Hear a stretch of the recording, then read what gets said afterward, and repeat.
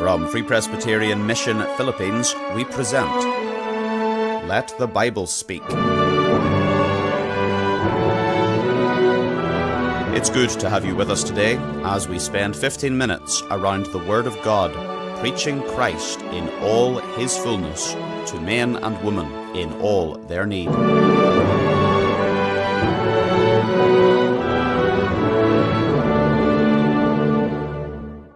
Blessed morning sa lahat ng ating mga tagapakinig. Pastor Dennis Kabingi ang inyong lingkod. Nagpapasalamat sa muling pagkakataon na makakasama ko kayo sa ating devotion this Lord's Day. I'd like to share with you from Ephesians chapter 2, verse 4. But God, who is rich in mercy, for His great love wherewith He loved us. The topic, God's love, is very pertinent sa ating lahat. Maging anuman ang sitwasyon mo sa buhay ngayon, as you listen to this message, you need to know that God is love. Kung maganda ang buhay mo, kung marami kang pera, maayos yung buhay mo, masaya ang pamilya mo, maganda yung kalusugan, at kung hindi mo alam na God is love, minsan ang magagandang bagay ay nagiging dahilan ng kasamaan. Do you believe? Yes. Maraming mata pobre, maraming abusado, maraming mayabang. Bakit? Because they forgot na ang lahat ng mayroon sila ay natanggap nila mula sa Diyos. Akala nila sila lang ang nagpagod dahil magaling sila kaya nakamtan nila yung mayroon sila. Dear brethren, you need to know that God is love upang matuto kang magpakumbaba, upang maintindihan mo na ang lahat ng mabuting bagay nangyari sa iyo ay hindi lang yan sariling sikap, mga kapatid. At hindi yan swerte, kung hindi pagmamahal ng Diyos. So, I hope kahit maganda ang buhay mo, makinig ka rin. Kung ikaw na may naghihirap, hindi mo alam kung how would you survive for the day. Hindi mo alam kung mayroon ka bang makakain, or kung may sakit ka, mayroon ka bang pambili ng gamot? Mayroon ka bang pagpadoktor? Or pasukan na, mayroon ka bang pagpaaral sa iyong mga anak? Hindi mo alam. And you feel dejected, you feel sad, you feel like, where is God? Yan ang palagi nating tanong eh. Where is God? Actually, ang tanong, where are you? Are you seeking the Lord?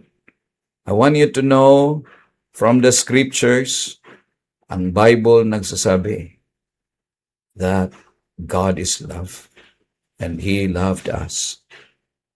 And because of this, I want us to listen to Him, to think about Him, because God is love. So mga kapatid, mga kaibigan, mga tagapakinig, anuman ang sitwasyon mo sa buhay ngayon, understand this. You need to know that God is love.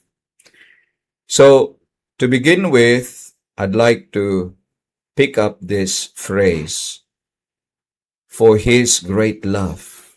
For His great love. Ang love ng Diyos is described to us as something that belongs to Him. His love. His great love. And this is very important, my friends, dahil dito makikita natin ang kaibahan ng pagmamahal ng Diyos at kaibahan sa pagmamahal ng tao.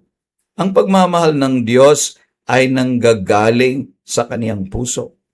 Hindi sa kailangang turuan because sa kanya yon. Di ba, pag may bahay, sinabi mong His house. Pag may sasakyan, sinabi mong His car. Pag may pamilya, His family. Ano ibig sabihin nun? It's something that belongs to that person, di ba? Kaya nga his house, his love, his house, his car, his wife, and now the Bible says his love, referring to God's love. So ibig sabihin, ang pagmamahal na yon, pag-aari ng Diyos yon. Dahil ang Diyos is love. Nature niyang magmahal. Yan ang kakaibahan ng Diyos dahil ang tao kailangan turuan para magmahal. Usually tayo nag-aasawa dahil mayroon tayong minahal. O ba't nating minahal ang ating asawa? Dahil may nakita tayong maayos sa kanya. Pero ang Diyos, hindi kailangan may makitang maayos sa iyo saka ka mamahalin. Kung ang pagmamahal ng Diyos ay katulad ng tao, wala siyang mamahalin kahit sino man dahil walang maganda sa atin upang mahalin tayo ng Panginoon. Tama po ba? Anong maganda sa atin? Tayo makasalanan, tayo sinungaling, tayo makasarili. Anong maganda sa atin? Wala. Pero bakit tayo minahal ng Panginoon? Minahal tayo ng Panginoon dahil ang pagmamahal ng Panginoon ay tanging kanyang katangian.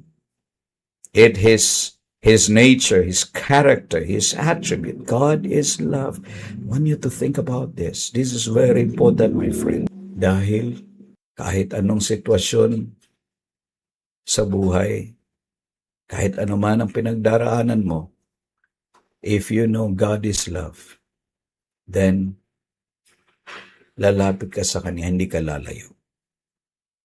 So, I hope you'll remember that. The second thing na gusto kong sabihin sa iyo, the love of God is great for His great love. Ano ibig sabihin ng great? Well, ibig sabihin ng great, malakas, makapangyarihan,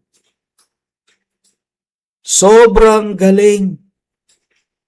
Great love. It is a superlative term. And that is a very important thing to us. Ang pagmamahal ng Diyos hindi mahina. Ang pagmamahal ng Diyos malakas. So, ibig sabihin, kaya kanyang mahalin,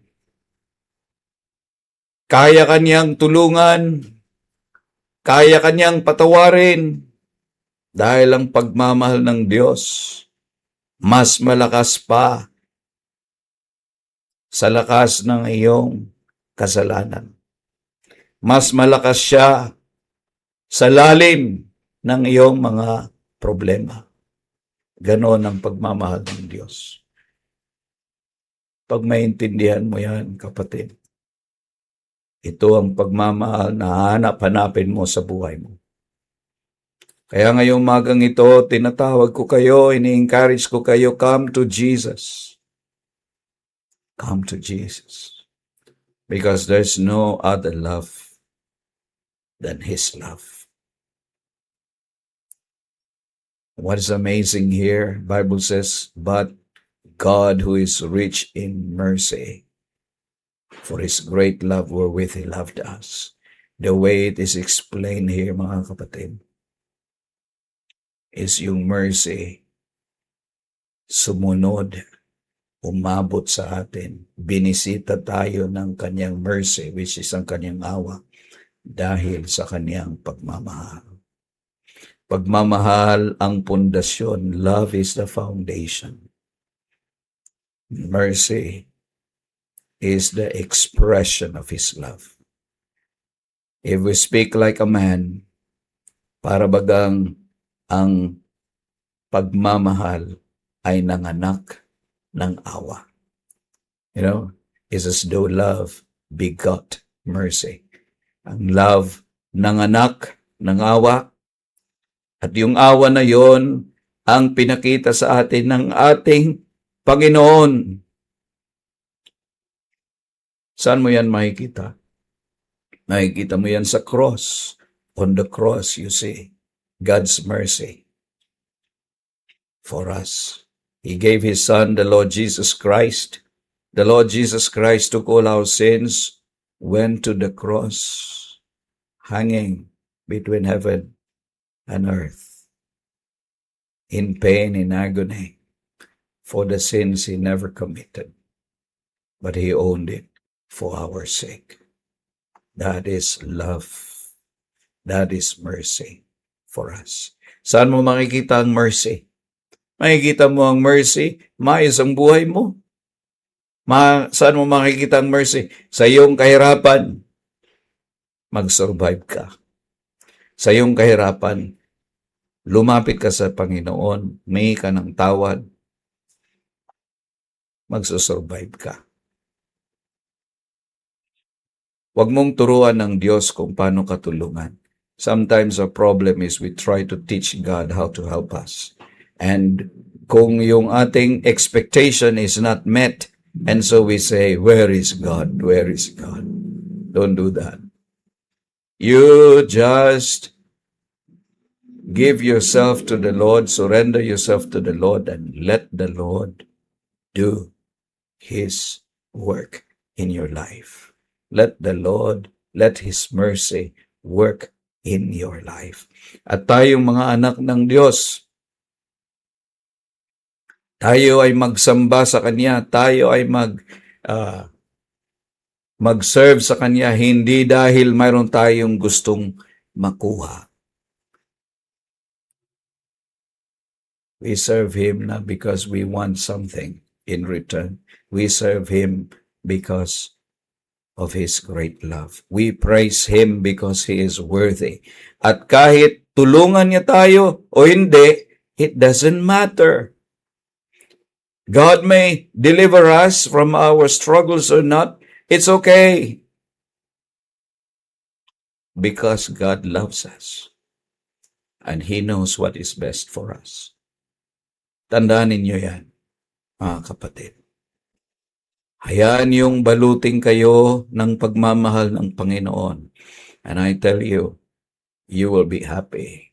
You'll be contented. You will rejoice. You'll be strong. Because the love of God will wrap your soul, will wrap your heart, will strengthen your mind, will help you live your life on earth. Tandaan natin to. Ikaw na nakikinig na wala pa sa Panginoon, ito ang pagmamahal na kailangan mo. Lapit ka na, nandito kami. We will help you. We will help you to come to Jesus. In a sense na maturuan kayo kung paano lumapit sa Panginoon at kung paano mas makilala pang Panginoon. Let us know. May you find Christ in His Word. Amen. Amen. You have been listening to Let the Bible Speak, brought to you by Free Presbyterian Mission, Philippines. We invite you to visit our Facebook page, Free Presbyterian Mission, Philippines. Please send us a private message letting us know how the program has been of help to you. We are also happy to send you a copy of God's Word, the Bible, or to send you free gospel literature. We trust that you will come back and listen again as we let the Bible speak.